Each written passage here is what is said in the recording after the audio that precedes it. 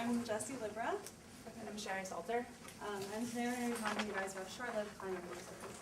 So for those of you who don't know what short-lived climate forces are, they are basically substances that cause global warming but have much shorter atmospheric lifetimes than CO2. So any mitigation action on these gases could greatly slow global warming, more so than CO2 reductions. And these have had a lot of, there's been a lot of press about these recently because people think they have the,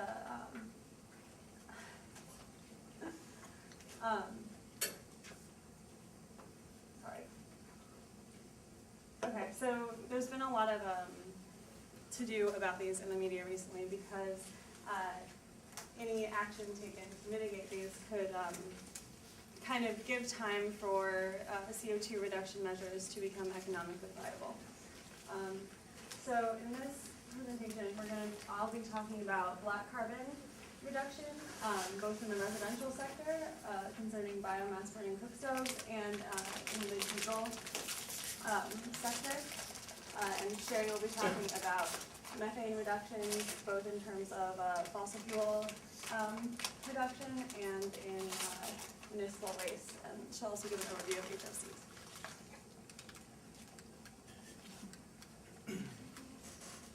Okay, so black carbon.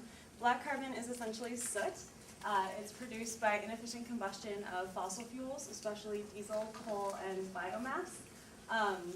It's a really potent climate forcer. Recently, there have been a number of studies that have come out, and its global warming potential that suggests that its global warming potential could be double what we previously thought. So it may be the second largest contributor to climate change aside from CO2. In addition to that, it also speeds glacial melting because as black carbon settles out of the atmosphere, if it lands on glaciers, it reduces the reflective capacity of those glaciers and thus speeds melting. And that's especially important in East Asia, where it's been shown that some of their black carbon emissions have been landing on glaciers in the Himalayas. So as you can see from this chart showing the business as usual emissions in 2030, East Asia and South Asia will be the major contributors to black carbon emissions. And sectorally, the residential sector here in orange is the largest contributor, with transport coming up second. So I'm going to be talking about those two sectors today. The residential sector contributes about 55% of black carbon emissions globally, and the majority of these emissions come from inefficient biomass burning cook stoves in developing countries. And there's been a number of initiatives over the last 30 years to kind of promote adoption of increased efficiency cook stoves, as well as liquefied natural gas cook stoves throughout the developing world. But there are so many barriers to getting people to adopt these that they have been not particularly successful. 60% adoption rates are the highest that have been seen. But despite these barriers, mitigation in this area is very important. It has a mitigation potential of over 2,500 megatons CO2 equivalent. So obviously it's a place that you want to work in if you're concerned about black carbon. The biggest barriers that people point to are in the cultural area, cultural barriers. And there are a number of these, but mostly it's just, any cook stove that you're promoting has to serve all of the functions that these traditional cook stoves have served which have evolved in their functions for hundreds of years. So you have to have very targeted, you have to have your cook stoves targeted to your communities. Our major recommendations for this area is to focus on increased efficiency biomass stoves. And this is it lowers the cultural barriers because people don't have to switch their fuels or change their time management at all. So that's one of our major suggestions. Transport is the second largest sector contributing to black carbon emissions. And our recommendations in this area are for governments to implement more strict vehicle engine emission standards, as well as promote removal from the roads of old vehicles, as well as subsidizing retrofits with diesel particulate filters. The mitigation potential in this area is over 2,000 megatons CO2 equivalent. And the major barrier here is cost, especially when you're looking at diesel particulate filters. However, they are much cheaper than other alternatives in this area, especially a lot of cities have been implementing, replacing their like bus fleets with liquefied petroleum gas vehicles, and that is very, very expensive. And the operational or the maintenance cost on both of these are pretty similar. So by focusing on diesel particulate filters, especially municipalities, which are the government sector working most in this area, can really cover the most ground with the money that they have. Additionally, we should target urban fleets because that's where most of the congestion is, and it's also where most of the people are, so the health benefits of mitigation will be maximized to do that. So I'm going to talk first about methane emissions, and methane comes from the decomposition of organic material. This shows global methane emissions, which you can see are around 7,000 megatons of CO2 equivalent, with the largest share being in China, and that's more than double the next closest emitter. These are methane emissions by sector. This big pink area is enteric fermentation, which comes from ruminant livestock. I'm not going to focus too much on that because the feasibility of reductions there are pretty limited. Cultural barriers, basically people like to eat meat, so unless I can convince you all to be vegan, it's not really an area for a lot of reduction. So I will be focusing on oil and gas production, which is 20%, landfills, which are 11%, and coal mining, which is 6%. So the recommendation for, most of my recommendations are going to focus on capture and reuse of methane, which increases feasibility because you're getting something out of mitigating those methane emissions because you can turn them back into energy, which produces energy cost savings. So in oil and gas production, you can use systems like vapor recovery units to capture that methane and then turn it back into energy. So you can see here, oil and gas makes up 20% of global methane emissions, and the reduction potential by 2030 is 643 megatons CO2 equivalent for gas and 50 for oil.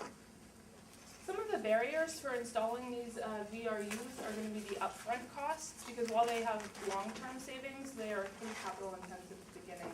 And then also in some of the countries where methane emissions in oil and gas are a problem, there's a lack of technical capacity for installing these VRUs. So this, by the way, is an example of a vapor recovery unit. It essentially separates the liquid and the gas and then turns that methane back into energy. So some recommendations for overcoming the barriers would be, one would be clean development mechanism, which is the UNFCCC's mechanism for helping with clean growth in developing countries, essentially. The status of CDM projects are a little unclear right now, so moving forward that might not actually be the best recommendation. But so far there have been a lot of the CDM projects that exist so far have been focused on these kinds of capture and reuse plans. So some other recommendations would be either tax rebates or public financing for VRUs, or one that I think is probably has more potential would be loans to cover the upfront costs from VRU producers, because that would help to get those systems installed and also expand the customer base for these producers.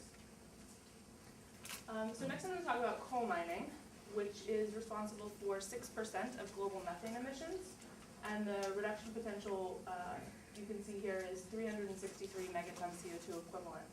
There's several different ways to capture and reuse methane in coal production. One of those is through pre-mine degasification, which is where you go in ahead of the mining activity and extract the methane. And then the other is through capture of gob gas. I won't get into all of the technical details there. But China emits more than close to 7 times more coal mine methane than other countries. And so it would make sense to try and institute some of these kinds of activities in China. However, they don't currently have adequate technology for capture of a lot of the low concentration coal mine methane. So low concentration would be anything that's below 30%, and that's going to be a lot more volatile than other types of methane.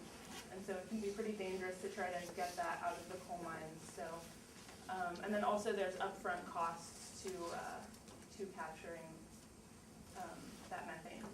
So some of the recommendations there, again, would be clean development mechanism projects, or also capacity building projects from other more developed countries in China, going into China to try to help build capacities to extract this low concentration methane. And then finally, I'm going to talk about waste management just a little bit. And this has to do with, so as you saw on the earlier slide, landfills make up 11% of global methane emissions. And a lot of that comes from all of the waste sort of going unsorted into the landfill, so you can't separate the organic waste from the inorganic waste. And if you could, then you could put that organic waste in anaerobic digestion tanks, which again it's a way to capture and reuse that methane. So the recommendation here would be storage or sorting and treatment of municipal solid waste.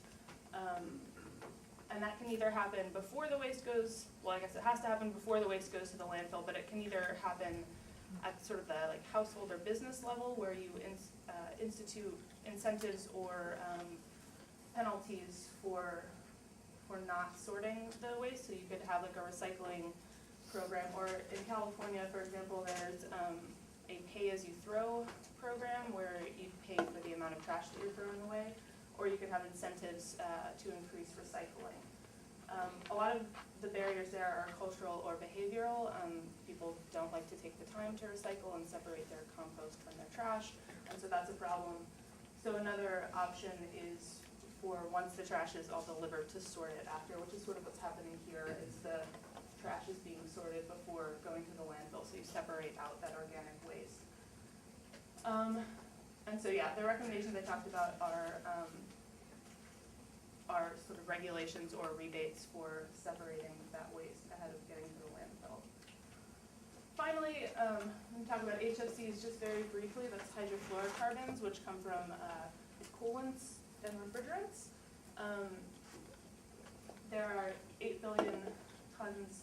The reduction potential is between 76 and 134,000 megatons in avoided emissions. One of the main recommendation we have is for adoption of the HFC amendment to the Montreal Protocol. Some barriers there are, for one thing, India has been really reluctant to sign on to that amendment because it feels like it puts the burden onto developing countries more than is reasonable, maybe. So one of the recommendations there would be for financial assistance for Article 5 countries in the Montreal Protocol to help meet those regulations. So as we've discussed, short-lived climate forcers have a lot of potential because of the environmental and health benefits that come along with reducing emissions. As Jesse mentioned, they also have the potential for immediate payoffs, which give more time and space for coming up with feasible plans for CO2 mitigation. Next, we're going to hear from the land use change, and forestry.